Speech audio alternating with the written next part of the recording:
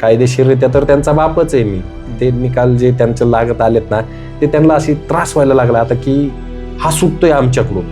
तसं सांगायचं गेलं तर मी लहानपणापासून आमदारांचा झेंडा घेऊन पळत होतो. जसं कळत नाही आम्हाला बाप पळतोय म्हणून आम्ही पण घेऊन पळायचो. आमच्याच पाठीत खंजीर खूप असला, माझ्याच पाठीत खंजीर खूप असला. मला काय म्हणायचंय, तुम्ही एवढं क्रेडिट घेत होता की महेश चोरमलेला आम्ही 4 जिल्ह्यातून तडीपार केलं, कुख्यात सराईत गुंड, काही पत्रकारांना पेड न्यूज दिल्या गेल्यात. मी तडीपार झाला 2 वर्षासाठी.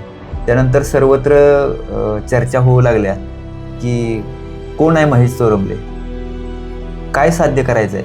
जे मी ठरवतो ते करतोच. मला कोणाशी म्हणजे कोणाच्याही दाबदबावाचा धमक्यांचा कसलाच फरक पडत नाही. वडील बाईच्या नादात पूर्ण हे झाले, वायब झाले.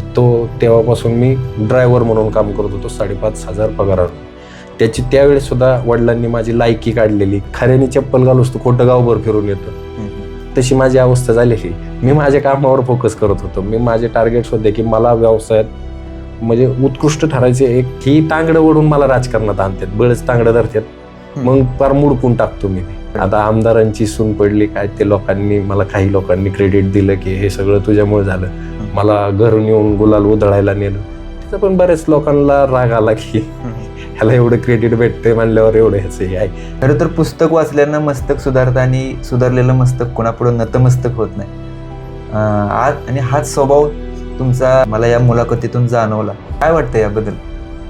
नाही, मला माझी पुस्तकांची वाचनाची आवड आहे, त्याच्यामुळे मी तुम्हाला ते बोलण्याच्या ह्याच्यात सांगून गेलो. म्हणजे लोक मला जे धाडसी किंवा प्रखरतेने ओळखतात ते मला तसं समजतात की बाबा हा जर आहे सर, बेईमान लोकांवर ह्याची दहशत पाहिजे खरंच. किंवा बेईमान जे अधिकारी आहेत, पोलीस अधिकाऱ्यांना बी झापताना माझ्यावर व्हिडिओ येतं. पण मला इतके दिवस ते सोशल मीडियाला टाकायचे नव्हते किंवा कोणाला द्यायचे नव्हते. कुठलाही भाई किंवा कुठलाही गुंड त्याने माझ्यासमोर किंवा पोलिसांनी पण कायदेशीर भाषेत बोलून दाखवावं. मग तुम्ही सांगा, मी भाई आहे, गुंड आहे किंवा कायदेशीर ज्ञान असलेलं एक प्रखर भूमिका मांडणारा धाडसी युवक आहे. रक्षकच भक्षक झाले तर सामान्य माणसानं किंवा अन्याय झालेल्या माणसानं न्याय मागायचा कोणाकडे? अजून त्या बाईच्या बऱ्याच रेकॉर्डिंग आहेत, काही खाजगी रेकॉर्डिंग आहेत, त्याच्यामुळे मला ते व्हायरल करायचे नाहीत. मला म्हणजे ती लई नीचपणाची पातळी झाली. PILचं पाकिट साहेबांना पैसे दिलेले आहेत, साहेबांना त्या साहेब म्हणले त्याला चांगला चोपतो, चांगला बघतो, त्याचा माज जिरवतो. हे सगळं रेकॉर्डिंग होतं. मी कायदेशीर, मी कोणाच्याच बापाला घाबरत नाही. आणि त्यांनी म्हणले की तुझा माज जिरवतो, माझा तर नाही जिरला. पण आता कोण तोंड लपून बसलंय, मला ह्यांनी भाग पाडलं खरं तर पोलिसांनी. 3 तारखेला मी कोर्टाच्या तारखेनिमित्त गेलतो, तर त्यांनी सांगितलं की तू ईमेल करून सुद्धा तारखेला येऊ शकत नाही. मला आता काय झालंय, माझ्या परिस्थितीचा गैरफायदा घेतला जातो असं मला म्हणायचंय की हा लोकांच्या नजरेत तडीपार गुंड आहे, ह्याचा म्हणजे बचावासाठी किंवा ह्याच्या बाजूने भूमिका मांडणारं कुणी नाहीये, मग आपण धरू, ह्याला आत टाकू, मेंटली हॅरेस्ट करू. अजून पैसे भेटलेत ना साहेबांना आणि खालच्यांना बी थोडंफार भेटलेत, 500-6 जण असते काय. ते तुम्हाला तुमच्या वडिलांकडून त्रास होतोय आणि वडिलांच्या प्रेयसीकडून त्रास होतोय आणि हे सगळं आमदारांमुळे घडते असं तुम्हाला म्हणायचंय? 100%. तर शेवटी अब्रूपेक्षा माझ्या कुटुंबियांचा जीव महत्वाचा आहे. मला माझे लहान 2 लेकरं आहेत, एक बायको तिला चालता येत नाही आत्ता, आणि ती औषध केसमुळेच पेलेली. नमस्कार, मानदेश प्राईममध्ये आपल्या सगळ्यांचं स्वागत आहे. मंडळी, आपण आपल्या आसपास बाप लेकाच्या नात्याविषयी अनेक चांगल्या वाईट बातम्या ऐकत असतो, अनेक उदाहरणे, अनेक घटना आपण पाहत असतो. आजची घटना आहे, आजचा जो प्रकार आपण मुलाखतीतून ऐकणार आहोत, हा बाप लेकाच्या नात्याला काळिमा फासणारा आहे आणि हा प्रकार संपूर्ण दौंड तालुका अनुभवतोय. माझ्यासोबत आहेत महेश चोरमले.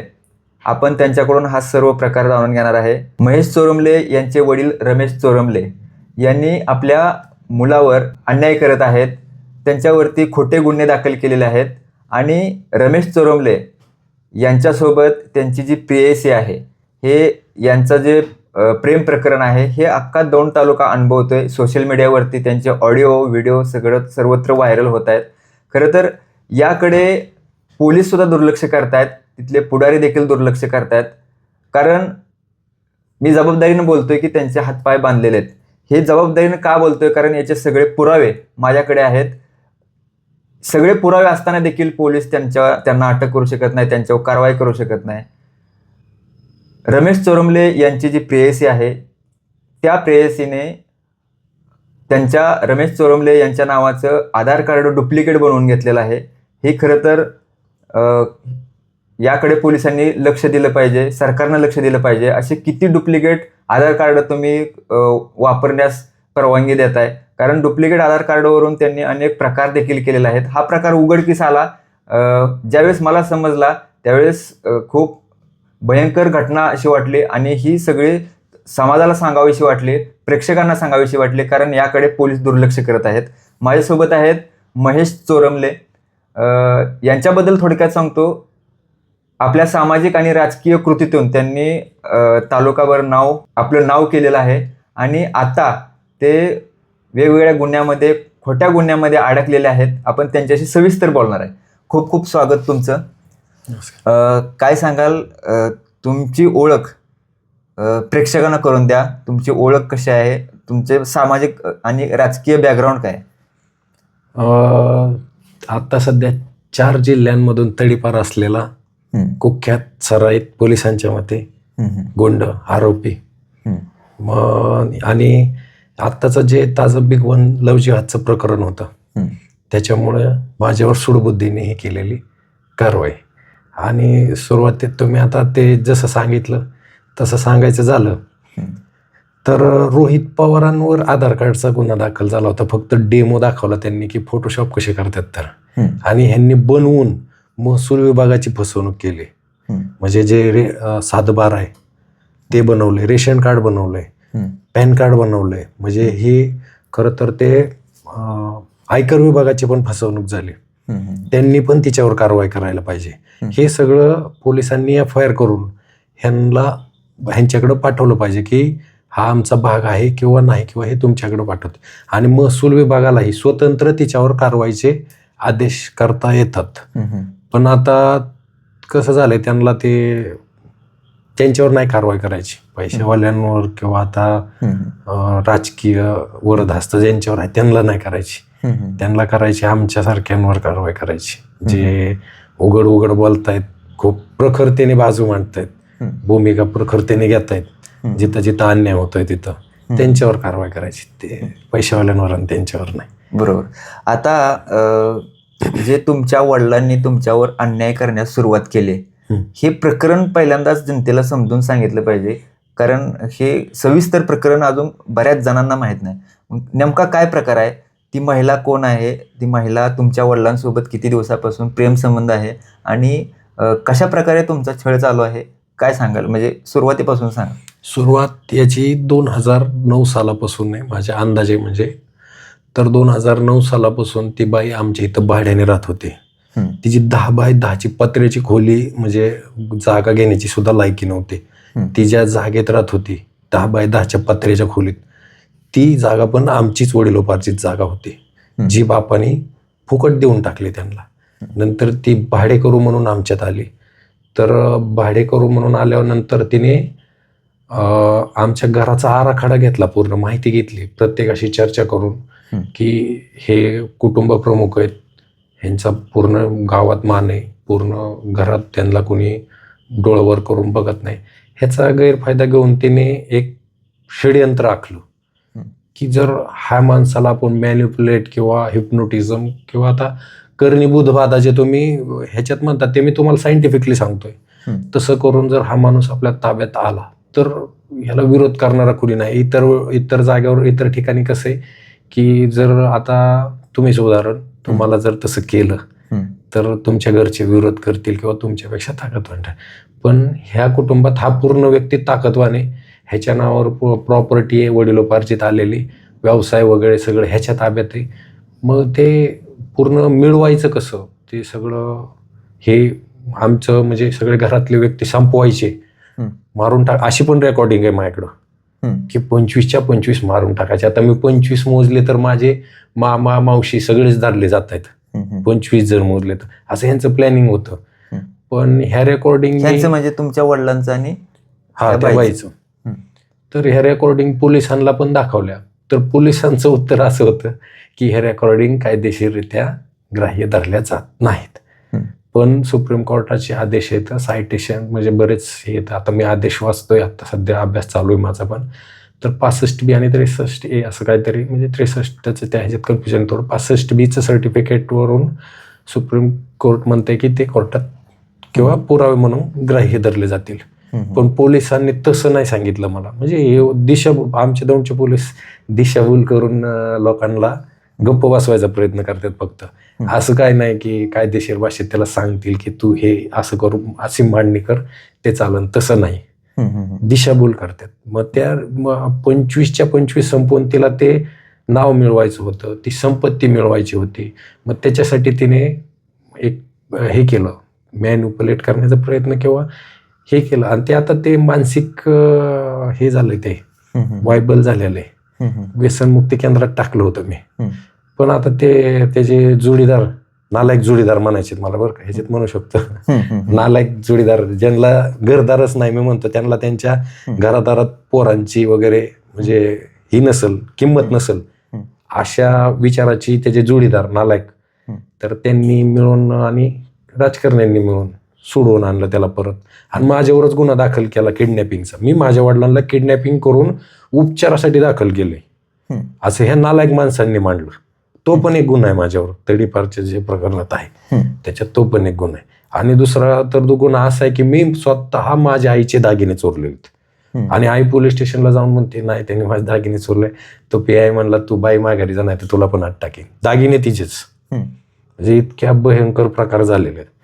माझ्या आईला म्हणजे कोठडीतल्या छळात अटॅक पण आलेला आहे. माझ्याकडे एक व्हिडिओ मी तुम्हाला देतो की तिथं समक्ष पोलीस आहेत, आमदार साहेब आहेत आमचे, माहिती घ्यायला आलेले, सगळं इन डिटेल्स माझ्याकडे, म्हणजे शॉर्टमध्ये व्हिडिओ आहेत तर तुम्हाला देतो. म्हणजे कोणी नाकारणार असेल ते तर पुरावे म्हणून.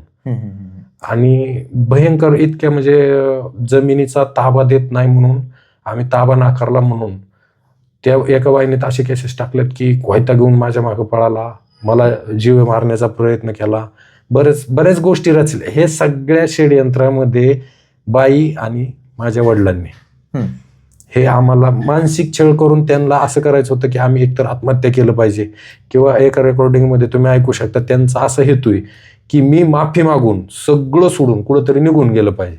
आणि हा हेतू त्यांचा मी जिवंत तोपर्यंत होणार नाही म्हणून त्यांनी माझी मारायची सुपारी पण दिली. ती पण रेकॉर्डिंग दौंड पोलीस स्टेशनची, तो जो कोणी ज्यांनी सुपारी घेतली होती तो दौंड पोलिसांशी बोलतोय की मी महेश चोरमलेची सुपारी घेतलेली, मला ती करायची नाहीये म्हणून मला आता त्यांचा दबाव आहे, काही छळ चाललाय त्याचा, असं त्यांनी त्या रेकॉर्डिंगमध्ये म्हणलेलं आहे. म्हणजे ते तुम्ही आता जे भाग 11 किंवा काय आहे भाग कितवा ते तुम्ही बघा, पण त्याच्यात आहे ते पण. म्हणजे इतक्या खालच्या पातळीला उतरून त्यांनी एवढं षडयंत्र रचलं. आता हे तुम्हाला शॉर्टकटमध्ये सांगितलं, पण आम्ही बरेच दिवस भोगले. बरोबर. आता तुमच्या वडिलांनी 2009 पासून त्या तुमच्या वडिलांचे आणि त्या महिलेशी संबंध होते. त्या महिलेनं तुमच्या वडिलांना हिप्नोटिझम केलं, मॅनिप्युलेट केलं, किंवा काहीतरी डोक्यात भरवलं, आणि तुमच्या वडिलांनी आणि त्या बाईने तुमच्या घराला त्रास सुरू केला. आणि एवढा त्रास की तुम्ही आता तडीपार आहे, तुमच्यावरती अनेक खोटे गुन्हे देखील दाखल झाले. मग हे सगळे पुरावे तुम्ही आता सगळे ऑडिओ स्वरूपात आहेत, लेखी स्वरूपात काय पुरावे आहेत, तुम्ही आम्हाला काय पुरावे दाखवले, व्हिडिओ दाखवले, मग हे पोलीस का तिथले कारवाई करत नाहीत? आता खरं तर तिथल्या पोलिसांचा अनुभव कसा आहे हे माहीत नाही महाराष्ट्राला, ते पोलीस तिथले कसे आहेत. तर तुम्ही तिथं राहतात, तुम्ही तिथले लोकलचे नागरिक, तुमच्या दखल का घेत नाही तुमचे एवढे पुरावे असताना? आता तसं सांगायला तुम्हाला सगळ्यात स्पष्ट सांगायचं म्हणजे रेकॉर्डिंगमध्येच त्या दोघांनी म्हणलेले आहेत की साहेबांना पैसे दिल्यात, साहेबांना पैसे द्यावं लागते, PIचं पाकिट किंवा बाकीच्यांना बी थोडंफार देतो. म्हणजे खालचे 5-6 जण कोण आहेत मला अटक करायला येणार किंवा मला बोलावणार, मला नोटीस करायला येणार, त्यांना सगळ्यांना थोडंफार पोचलेलं हे रेकॉर्डिंगमध्ये आहे.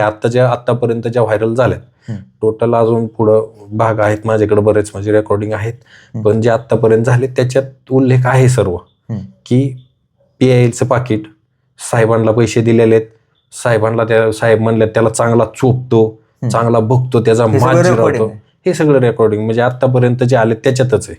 हां. हा. ओके. मग आता तुम्ही सांगा PI ला पाकिट भेटल्यावर आम्ही जाऊन काय उपयोग आहे? आता ते PIचं पाकिट काय आहे नेमकं? हे म्हणजे आता माझ्यावर कारवाई करणारे लय तीव्रतेने कारवाई केली ह्यांनी. आता कुठं तोंड लपवून बसलेत? पोलिस म्हणले होते तुझा माज जिरवतो. माझा तर नाही जिरला. मी उघडपणे सांगतो. मी मागच्या वेळेस बी सांगितलं होतं, मागच्या म्हणजे खरात साहेबांना बाईट दिली त्यात पण सांगितलं होतं, मी कायदेशीर आहे, मी कोणाच्याच बापाला घाबरत नाही. आणि त्यांनी म्हणले की तुझा माज जिरवतो, माझा तर नाही जिरला. पण आता कोण तोंड लपवून बसलंय? मला काय म्हणायचंय, तुम्ही एवढं क्रेडिट घेत होता की महेश चोरमलेला आम्ही 4 जिल्ह्यातून तडीपार केलं, कुख्यात सराईत गुंड, काही पत्रकारांना पेड न्यूज दिल्या गेल्यात. आता ते स्पष्ट दिसतंय. त्यांनी माझ्या गुन्ह्यांचा उल्लेख करायला नव्हता पाहिजे.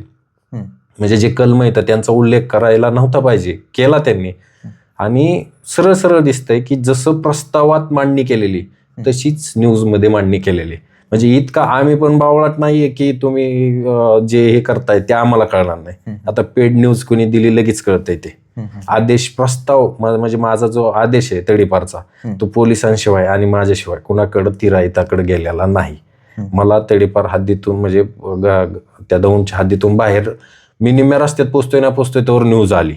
आणि जशी आदेशात होती तशीच सेम टू सेम न्यूज आली. माझ्याकडे पुरावे आहेत, तुम्हाला पाहिजे असतील तर. मग हे सगळं केलं कोणी? आणि सगळ्यात महत्वाचं, व्हिडिओ टाकू वाईट देऊ सगळीकडं चर्चा की 4 जिल्ह्यातून तडीपार केलं आम्ही, कुख्यात गुंड, सराईत गुंड. आणि आता रेकॉर्डिंग आल्यानंतर मला कोणाची तोंडच दिसलेली नाहीत की कुणीतरी प्रतिक्रिया दिली त्याच्यावर की हे असं नाही किंवा हे असे, हे चुकीचे, हे बरोबर येतं, असं कोणीच दिसलेलं नाही. तेव्हा माझं म्हणणं आहे, आता पोलिसांनी त्याच्यावर प्रतिक्रिया द्यायची. जे एवढं लय तोंड उचलून बोलत होते ना की आम्ही त्याला तडीपार केला, काय मला ह्यांनी भाग पाडलं खरं तर पोलिसांनी. 3 तारखेला मी कोर्टाच्या तारखेनिमित्त गेलतो, तर त्यांनी सांगितलं की तू ईमेल करून सुद्धा तारखेला येऊ शकत नाही. माझा तसा कायदेशीर म्हणजे फंडामेंटल राईट्समध्ये मी तारखेला म्हणजे कायदेशीर प्रक्रिया जी काय आहे, माझी न्यायालयीन लढाई आहे ती, त्याला कोणाचाच बाप अडवू शकत नाही. सुप्रीम कोर्ट सांगते किंवा आपलं संविधान सांगते. आर्टिकल 32 जे आहे फंडामेंटल राईट्स, तर त्याच्यात लिहिलेलं आहे की मला कोणाचाच बाप अडवू शकत नाही. आणि त्यांनी तसं केलं तर सुप्रीम कोर्टात डायरेक्ट याचिका दाखल होती फंडामेंटल राईट्स व्हायोलेशन्समध्ये. म्हणजे मला आता काय झालंय, माझ्या परिस्थितीचा गैरफायदा घेतला जातो असं मला म्हणायचंय की हा लोकांच्या नजरेत तडीपार गुंड आहे, ह्याचा म्हणजे बचावासाठी किंवा ह्याच्या बाजूने भूमिका मांडणारं कुणी नाहीये, मग आपण धरू, ह्याला आत टाकू, मेंटली हॅरेस्ट करू. अजून पैसे भेटलेत ना साहेबांना आणि खालच्यांना बी थोडंफार भेटलेत, 5-6 जण असते काय ते, त्यांना बी भेटलेत. मग आता ते पैशाला पोलीस, खरं तर मी तुम्हाला सांगतो, पैशाला खूप इमानदार, पैशाला इमानदार खरे म्हणजे पोलीस. ज्यांना जेवढं पैसे भेटले तेवढं त्याच्यापेक्षा थोडं तरी जास्त काम करून देणार ते. आणि मला म्हणायचे की त्यांनी जे आता क्रेडिट घेतलं त्यांनी तरी किमान, ज्यांनी क्रेडिट घेतलं त्यांनी तरी किमान तोंड दाखवावं लोकांना, ह्याची प्रतिक्रिया द्यावं की बाबा तुम्ही तडीपार केलं. तर आता त्याच्यानंतर असं स्पष्ट होतं की हे खोटे गुन्हे आहेत. आणि त्यांनी ज्या गुन्ह्याचा परत उल्लेख करतील त्या गुन्ह्याची माझ्याकडे पुरावे, कुठल्याही गुन्ह्याचा त्यांनी उल्लेख करावा त्या गुन्ह्यांचे माझ्याकडे पुरावे आहेत. मला त्यांनी भाग पाडायचं फक्त, ते पण काढतो. तुम्ही चोऱ्या केल्या, तुम्ही विनयभंग केला, तुम्ही दरोडा टाकला, असे गुन्हे तुमच्यावरती आहेत. ह्याबद्दल काय खुलासा आहेत? हे खरं आहे का खोटं आहे? खोटं आहे. माझ्याकडं मी सांगतो ना तुम्हाला, माझ्याकडं प्रत्येक ह्याचे पुरावे. फक्त त्यांनी भाग पाडायचा, अजून बी त्यांनी म्हणायचं टाकतो, देतो तुम्हालाच. खरंच साहेबांकडे सगळं आहे, त्यातलं एक कॉपी तुम्हाला देतो. तुम्ही तर आमदार म्हणजे दौंडचे आमदार राहुल कुल यांच्या जवळचे कार्यकर्ते होता. आता काय परिस्थिती आहे? तुमचे संबंध कसे आहेत? तसं सांगायचं गेलं तर मी लहानपणापासून आमदारांचा झेंडा घेऊन पळत होतो. जसं कळत नाही आम्हाला, बाप पळतोय म्हणून आम्ही पण घेऊन पळायचो. काहीच कळत नव्हतं. मतदान आहे, इलेक्शन आहे, ते रात्रभर जागायचं, ते फिरायचं, ते कोणी हे करतंय का, ते करतंय का, काही घटना घडतायत का ते बघायचं. ह्यासाठी मी स्वतः रात्रभर जागलेलो आहे. आमच्याच पाठीत खंजीर खोपासला, माझ्याच पाठीत खंजीर खोपासला. मला एक बोलायचंय, तुमचा जो कोणी कर्मचारी असेल किंवा कार्यकर्ता असेल तर त्याची म्हणजे तो ज्या वेळेस पळत होता ना आता तुम्ही जे पत्रकारितेचं काम, सॉरी तुमचं उदाहरण देतो, तर तुम्ही घरी गेल्यावर तुम्हाला जेवण देणारी जी तुमची बायको आहे, जी तुमचे मुलं येतं, तुमचं पाय दाबणार किंवा तुमचं काय म्हणजे बूट उचलून चप्पल धुवून एवढं आमच्या बापाच करावं लागत होतं. म्हणून सांगतो तुम्हाला, ते सगळं ते करावं लागतं. ते कोणी केलं? आम्ही केलं.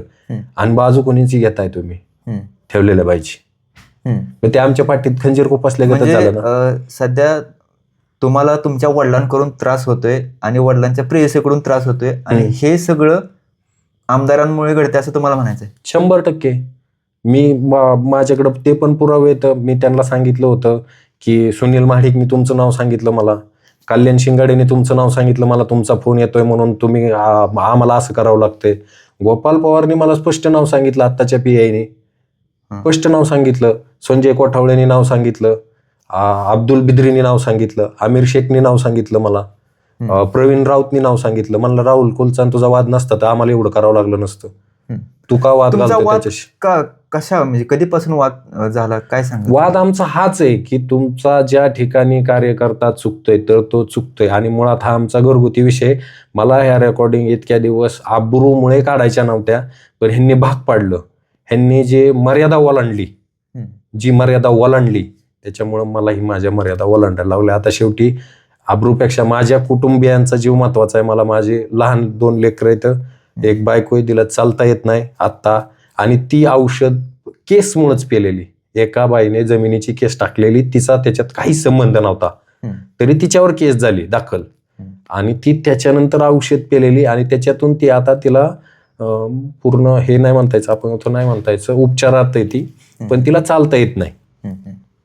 अशा अवस्थेत मी असताना म्हणजे पोलिसांनी घाण खाऊन जे केलंय आता, तर त्याच्यातून मला असा त्रास आहे.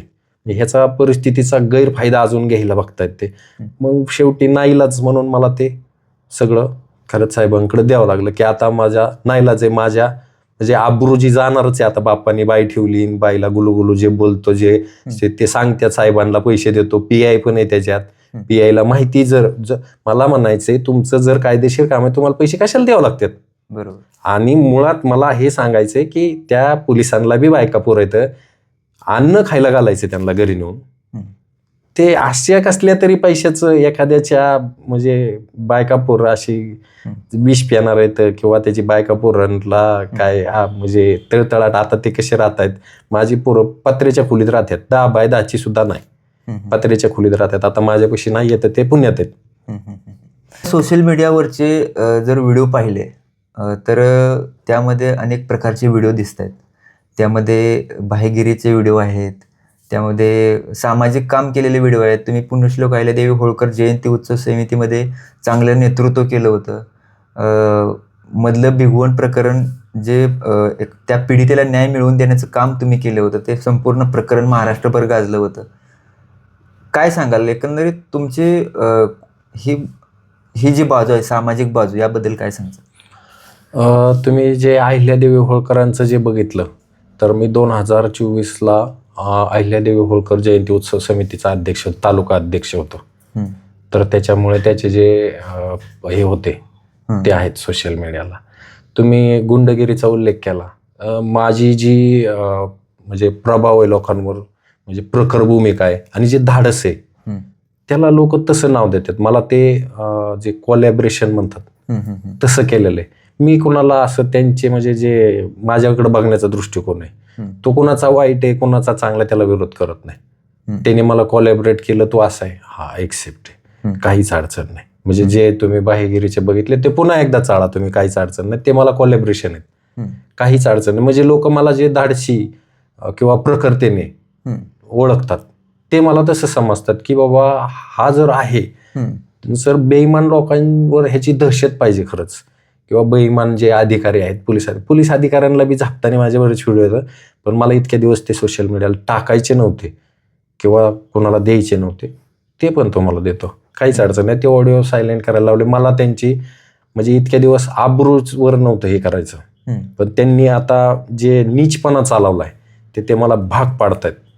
तर मी तुम्हाला सगळे पुरावे देतो. त्याच्यातून तुम्ही म्हणजे माझी जी कायदेशीर, मी म्हणतो कुठलाही भाई किंवा कुठलाही गुंड त्याने माझ्यासमोर किंवा पोलिसांनी पण कायदेशीर भाषेत बोलून दाखवावं. मग तुम्ही सांगा मी बाह्य गुंडे किंवा कायदेशीर ज्ञान असलेलं एक प्रखर भूमिका मांडणारा धाडसी युवक आहे, काहीच अडचण नाही मला. तुम्ही परत जो दृष्टिकोन ठेवता तो पण मला मान्य म्हणजे असेल. तुमच्या बोलण्यातून जाणवलं की बेईमान लोकांसाठी तुम्ही गुंड आहे. हो, साहजिकच आहे. बेईमान किंवा जे नालायक नीच वृत्तीचे लोक आहेत जे लोकांना त्रास देणार, त्यांच्यासाठी मी गुंडच आहे. का? त्यांना ते करून देणार नाही, मी कोणाला त्रास देऊन देणार नाही. असे कितीतरी दौंडमध्ये तुम्ही स्वतः जाऊन तिथं हे करू शकता की माझे व्यक्तिगत शत्रुत्व किती, म्हणजे माझे व्यक्तिगत शत्रुत्व कुणाशीही माझं व्यक्तिगत शत्रुत्व नाही. जमिनीचे वाद, प्रॉपर्टीचे वाद किंवा ह्या बाई आणि दुर्दैवाने माझा बाप, दुर्दैवाने मी पुन्हा एकदा हे करतो, उल्लेख करतो त्याचा, का ते तुम्हाला समजलं तर दुर्दैवाने माझा बाप ह्यांच्या म्हणजे ह्यांनी हे केलेलं, त्याच्याशिवाय माझं वैयक्तिक शत्रुत्व कोणाशीही नाही. मी आत्ता दौंडमध्ये उपस्थित नसताना आता परत त्यांनी म्हणणार की ह्यांनी दादागिरी केली, ह्यांनी भाईगिरी केली, ह्यांनी त्याला दबाव टाकला, तसं असण्यापेक्षा मी जोपर्यंत दौंडमध्ये नाही तोपर्यंत जाऊन तुम्ही माझा म्हणजे माहिती घेऊ शकता, तपासू शकता किंवा त्यांची मुलाखतही घेऊ शकता. काय अडचण नाही माझ्या विरोधात त्यांचा. ह्याच्यात फक्त प्रॉपर्टीच्या वादातले आणि बाई आणि बाप दुर्दैवाने असले हे माझे शत्रू. ओके. खरं तर आता भाईगिरी, गुंडगिरी, तुम्ही आता बोलला की बेईमान लोकांसाठी तुम्ही त्यांच्याशी तसं वागता. जर आत्ताच्या ह्या लोकशाहीमध्ये तुम्ही त्यांच्याशी कसं वागता नेमकं? म्हणजे तुम्ही त्यांना हत्यारे दाखवता, तुम्ही त्यांना दम देता, तुम्ही काय करता नेमकं? आता जसं मी तुम्हाला आर्टिकल 32 फंडामेंटल राईट्स किंवा जे काही कायदेशीर माझ्या प्रक्रिया होत्या तीच मी लोकांना सांगतो की तू जर चुकीचं काही केलं तर तू याच्यात सापडशील आणि तू ज्याला त्रास देतोय त्याच्या बाजूने मी उभा असेल. कायदेशीर किंवा काय प्रक्रिया असेल त्याच्यात मी त्याच्या बाजूने उभा असेल. हा एवढाच विचार कर, तेवढ्याच विचारावरून त्याला तो त्रास देत नाही. जे भिगवणमधलं जे प्रकरण झालं, त्या पीडितेला शेवटी ती आईपाशी पोचली, ते प्रकरणाचं लीड तुम्ही केलं. भिगवण बंद ठेवलं होतं, दौंड बंद ठेवलं होतं आणि आजही तिथले व्यापारी सांगतायत की ते बंद करण्यासाठी कारणीभूत तुम्ही आहे, कारण तुम्ही ते लीड केलं होतं. तुमचे व्हिडिओ फिरत आहेत की एका थार गाडीसमोर तुम्ही सर्वांना सांगताय की दुकानं बंद करा. तो प्रकार काय झाला सांगा आणि त्यानंतर पुढं काय झालं? म्हणजे हा तुमच्यासाठी, तुमच्या तडीपारीसाठी हा एक पॉईंट ठरला का? नाही, दुकानदारांची माझ्याविषयी काही तक्रार नाहीये. तो जो तुम्ही व्हिडिओ बघितला तो मी स्वतः सोशल मीडियाला व्हायरल केलेला आहे आणि तो जे मी बोलतोय ते सुद्धा माझ्याकडे रेकॉर्डिंग आहे, पुरावे म्हणून मी तुम्हाला देऊ शकतो.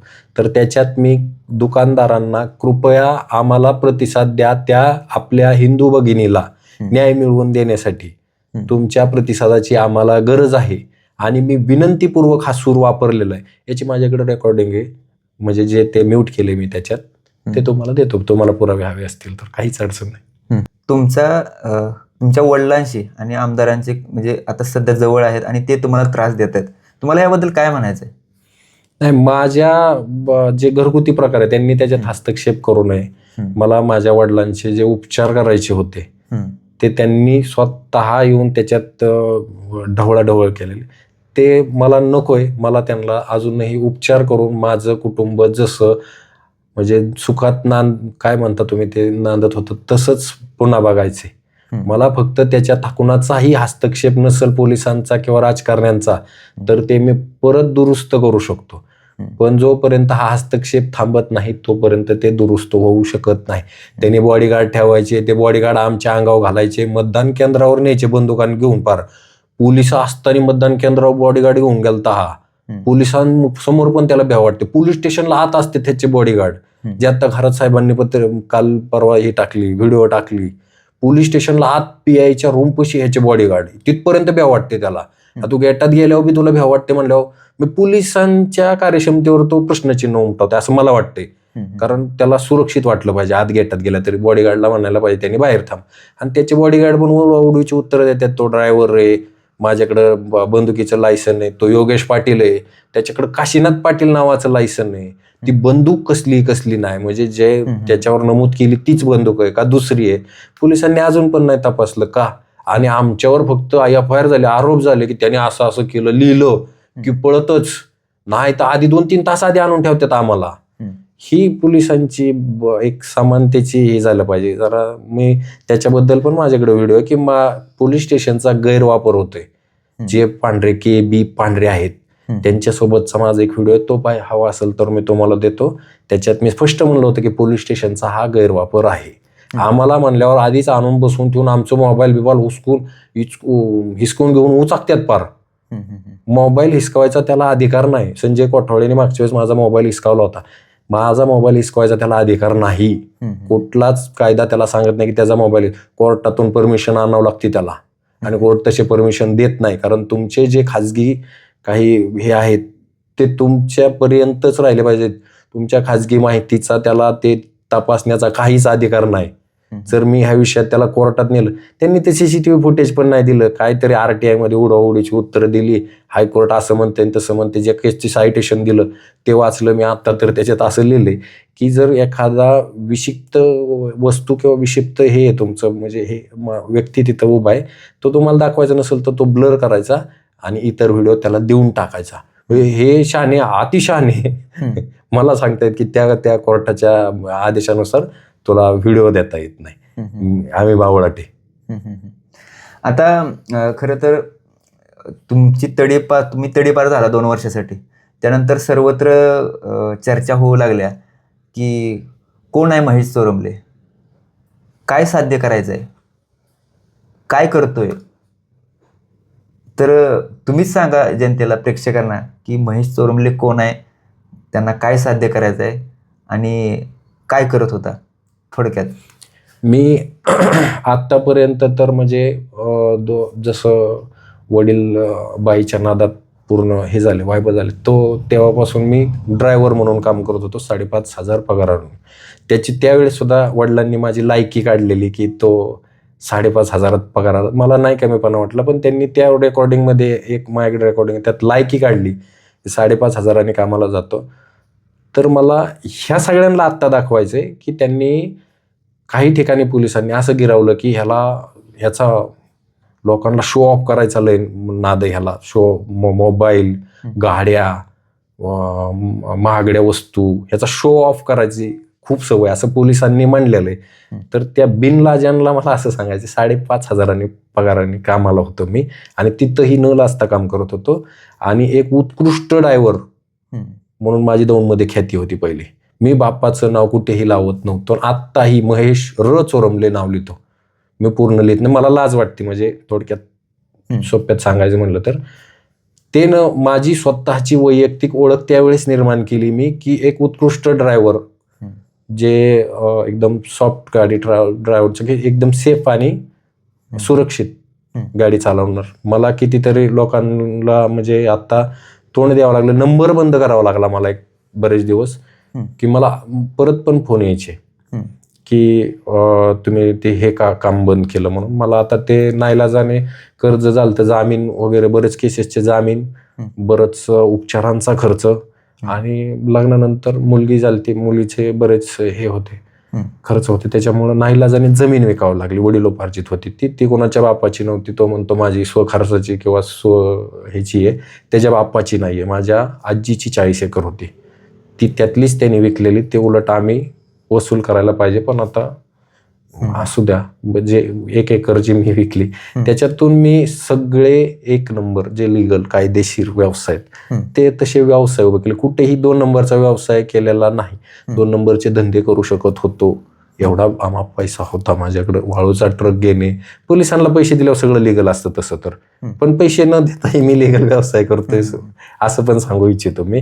माझं श्रीनाथ गार्डन म्हणून एक गार्डन आहे, लोक चर्चेत आहे, तुम्ही इन्स्टावर सर्च केलं तरी मिळून जाईल. किंवा लोकांना जर तुम्ही आत्ता दौंडमध्ये जर, मी म्हणतो 99% लोकांचा माझ्या गार्डन मधला फोटो आहे, आणि संजय कोठावळेचा सुद्धा माझ्या गार्डन मधला फोटो दाखवतो तुम्हाला. त्यांना वाटत असेल माझ्यापर्यंत माहिती नाही, माझ्याकडे सगळ्यांची संपूर्ण माहिती योग्य वेळी योग्य ठिकाणी मी ती माहिती देतो.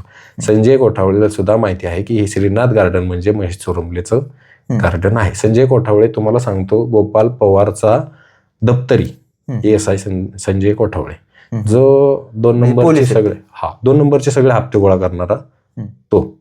त्याची नार्को टेस्ट जर झाली तर सगळेच गुंततील.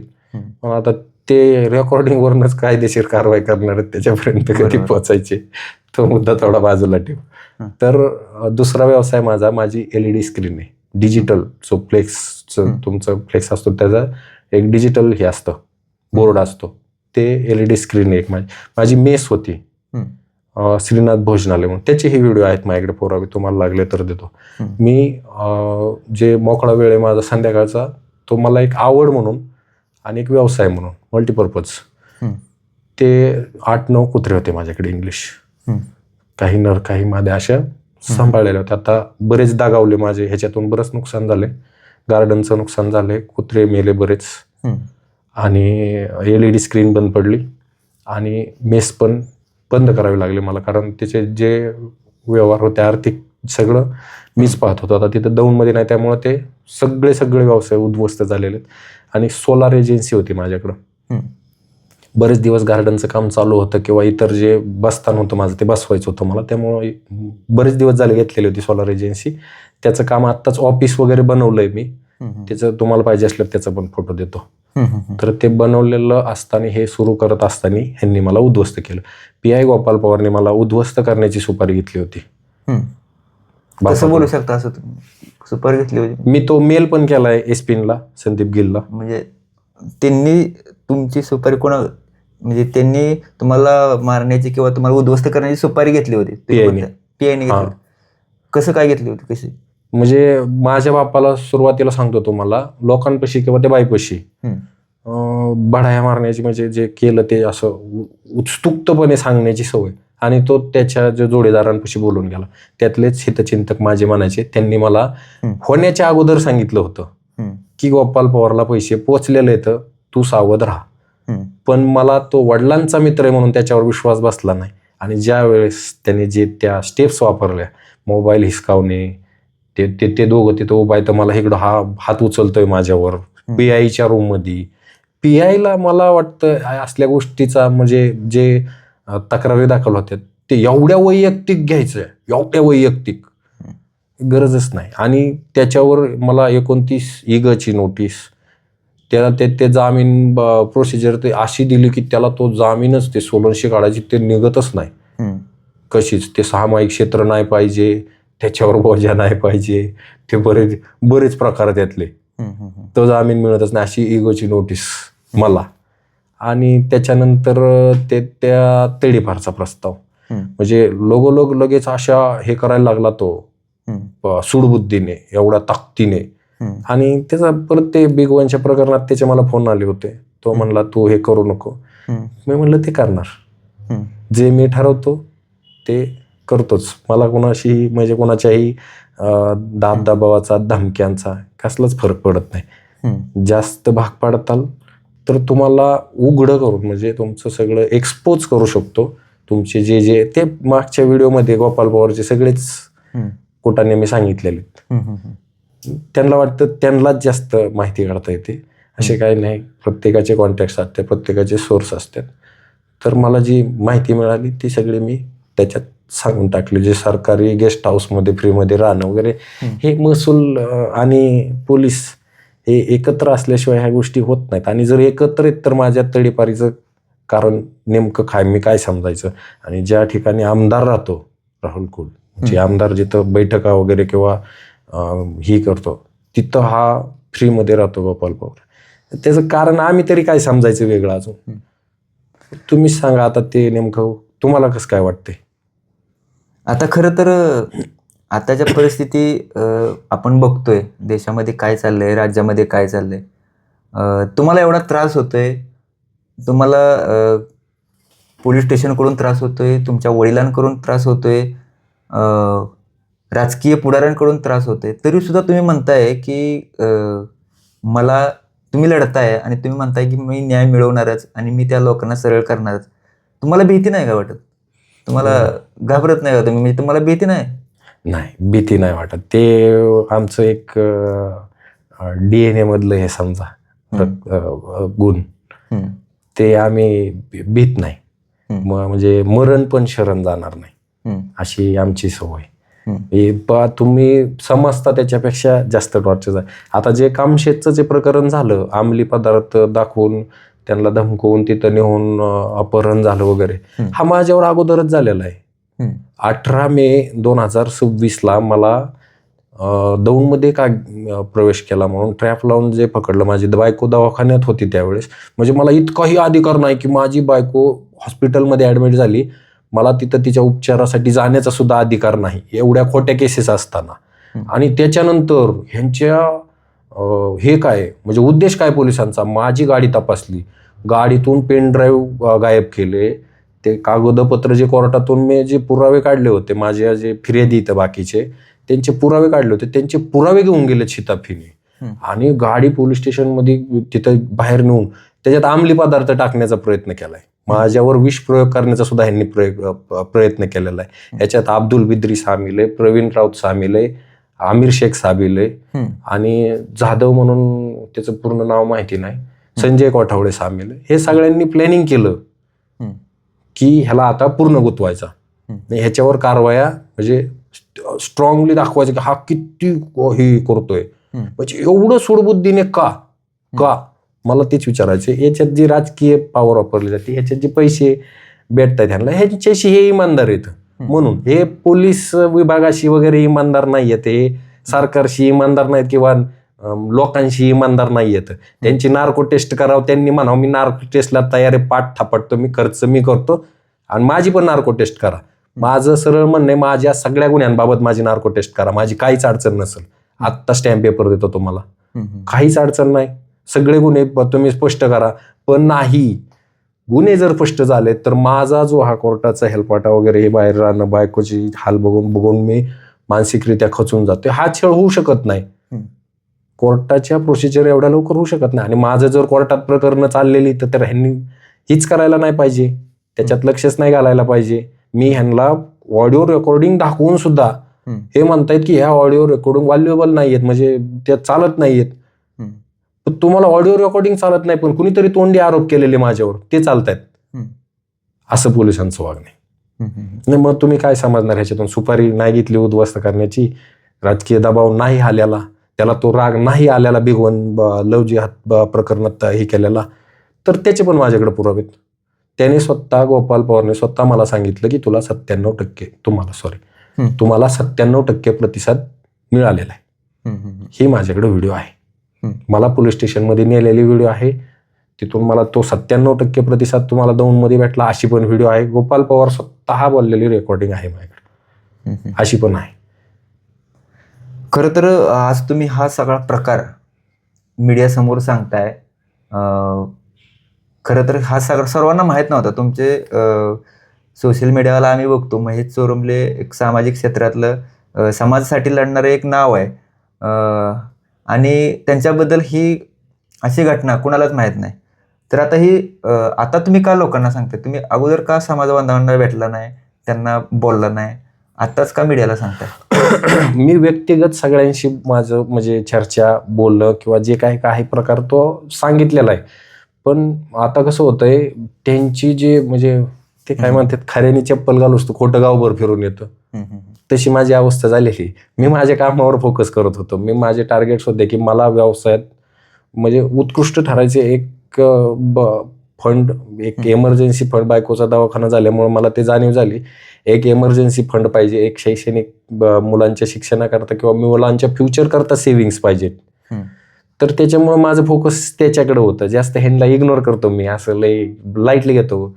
जर कोणी असं आलं, त्यांची बुद्धी बारीक आहे माझ्यापेक्षा. म्हणजे माझं पुस्तकांचं वाचन आहे, CRPCचं वाचन आहे, IPCचं वाचन आहे, नवीन BNS 2023 आलंय ते पण माझं, त्याच्यात पण वाचन आहे. एव्हिडन्स ऍक्ट तुमचं दिवाणी ह्याच्यातले मी सुप्रीम कोर्टाच्या सायटेशन्स वाचतो.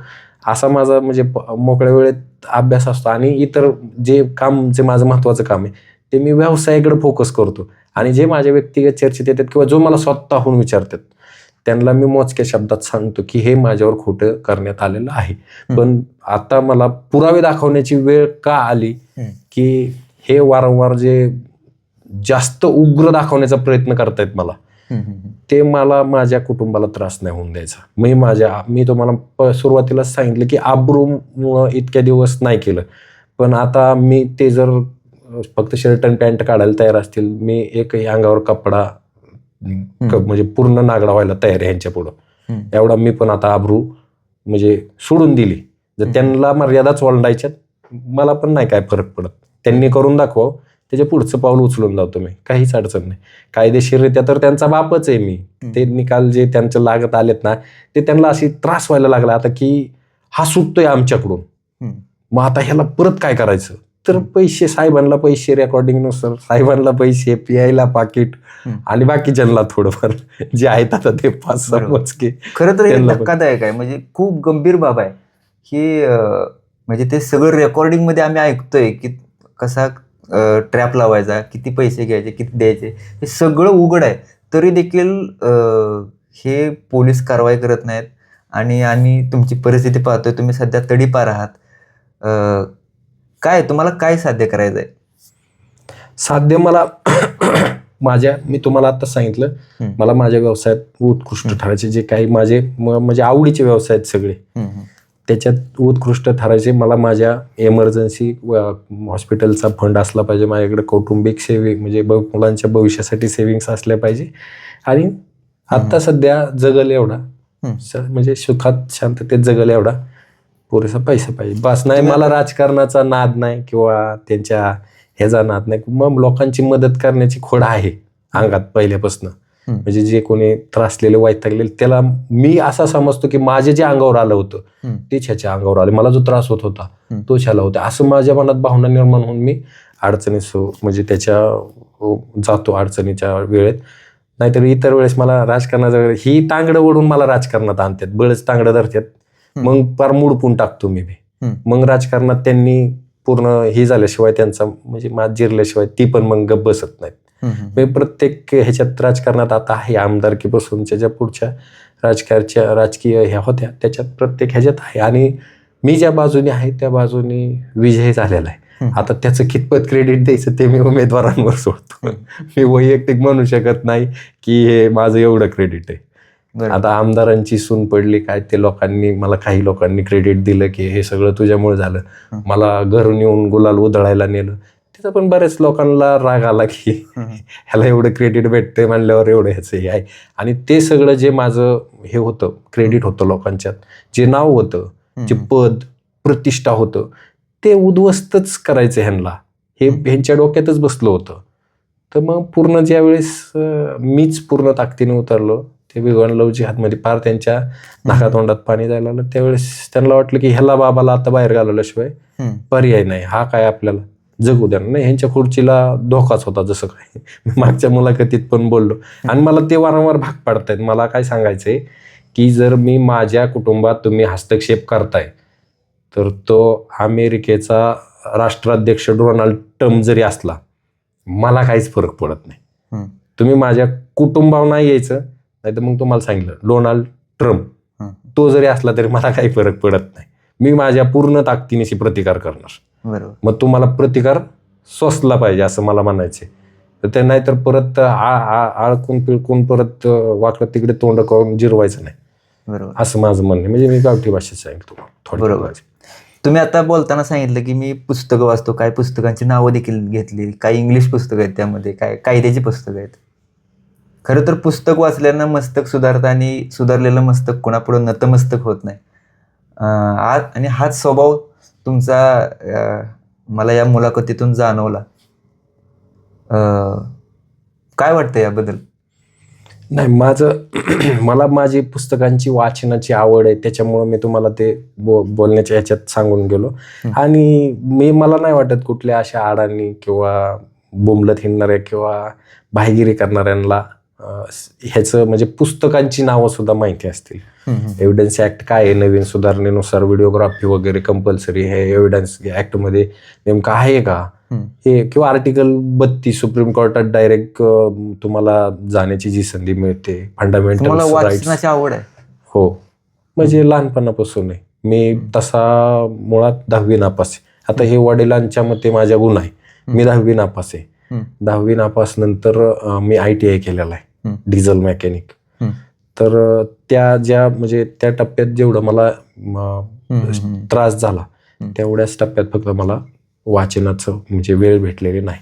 इतर आता जो मी म्हणजे जे मोकळा वेळ भेटत होता त्याच्यात मी बरीच पुस्तकं वाचलेली आहेत. आणि पुस्तकं वाचण्यात आता कोर्टला सुप्रीम कोर्टाचे सायटेशन्स वाचायला भेटतात ते वाचतो, किंवा मी माझ्या वकिलांकडे गेलो आणि जर एखादी केस मला आवडीची वाटली तर ती सुद्धा तिथं बसलेल्या मोकळ्या वेळेत, जे वकील आता जर काय काम करतायत माझे वकील, तर तेवढ्या वेळेत दिवाणी असू नाही तर फौजदारी असू ती केस वाचतो मी. म्हणजे त्याच्यात त्यांची बाजू काय होती, त्यांच्यावर काय आरोप झाले, त्यांनी काय पुरावे मांडले आणि त्याच्यातून न्यायाधीशांनी काय निष्कर्ष लावला, हे अशा गोष्टी मला वाचायला आवडतात. कारण इतरांच्या गोष्टी बघून आपल्याला अनुभव वाढतो आपला पण. बरोबर. मी सुरुवातीलाच उल्लेख केला होता की बाप लेकाच्या नात्याला काळीमा फासणारी घटना प्रकार जो तुमच्याबाबत घडलाय, काय वाटतं? म्हणजे इतरांना हे आम्हाला या वडील आहेत पण तुमचे वडील वेगळे आहेत, खरंच बाप लेकाच्या नात्याला काळीमा फासलाय का? 100% मला असं वाटतच नाही की माझा मुलगा आहे. मी त्या निष्पाप जीवावर, परत एकदा बोलतो, त्या निष्पाप जीवावर मी असे प्राणघातक हल्ले किंवा जीव मारणारे त्याला किंवा त्याच्यावर खोटे असे केस विचार तुमचे टाकण्यात वडील तुमच्याबद्दल करतात? हा, आता त्या रेकॉर्डिंग मधून तुम्ही बघू शकता. मला म्हणजे जास्त बोलण्याची किंवा तुमचा वेळ वाढवण्याची गरज नाही. तुम्ही त्या रेकॉर्डिंग बघितल्या की हे स्पष्ट होतंय.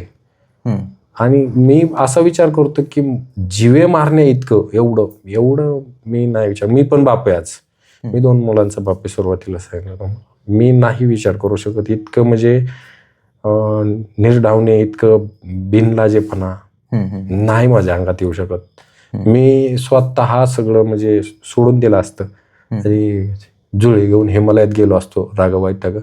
पण मुलाला छळणं हे माझ्या नसतं झालं, होणार पण नाही भविष्यात. माझा आज मुलगा आहे, उद्या कदाचित त्याला समजल्यावर तो मुलाखत बघेल त्यावेळेसही तो म्हणजे अभिमानाने हे करेल, विचार करेल किंवा म्हणजे त्याच्या लक्षात येईलच आपला बाप जो बोलला होता त्याच्यावरच ठाम आहे. जर तुमचे वडील जर तुमच्यासोबत आले किंवा तुम्हाला म्हटले की माझ्याकडून चूक झाली तर तुम्ही एकत्र राहाल? हा, माझी काहीच अडचण नाही. मी सुरुवातीपासून सांगतोय की मला ती घाण नकोय, फक्त ती घाण नकोय. फक्त माझा बाप म्हणून जो तो रेकॉर्डिंग मध्ये सांगतोय, बाप म्हणून तो म्हणतोय की मला कारवाईला घाबरून सांगतोय. कुठल्या कारवाईला घाबरलेलं नाही. पहिल्याच केसच्या वेळेस किंवा दुसऱ्याच केसला त्या बाईच्या नादी लागून असं बोलतात ना. हो, ते रेकॉर्डिंग मध्ये स्पष्ट दिसते. अजून त्या बाईच्या बऱ्याच रेकॉर्डिंग येतं, काही खाजगी रेकॉर्डिंग आहेत, त्याच्यामुळे मला ते व्हायरल करायचे नाहीत. मला म्हणजे ती लई नीचपणाची पातळी झाली. त्यांनी त्या गटरीत तोंड घातलं म्हणून मला पण नाही घालता येणार, त्याच्यामुळे मला तिथपर्यंत नाही जायचे. पण जिथं जिथं क्रिमिनल ऍक्टिव्हिटी तो प्रत्येक एक रेकॉर्डिंग मी खरंच साहेबांना दिलेला आहे. आणि अजून काही माझ्याकडं पुरावे शिल्लक आहेत, USB आहेत, ते पोलिसांनी नष्ट केले आता. पण त्याचे जे जुने USB होते ते रिकव्हरीला फॉरेन्सिक लॅबमध्ये पाठवलेले आहेत मी. म्हणजे 99% त्यांना सांगितले की 99.99% प्रयत्न करा की मला ते पूर्ण रिकव्हर हवेत.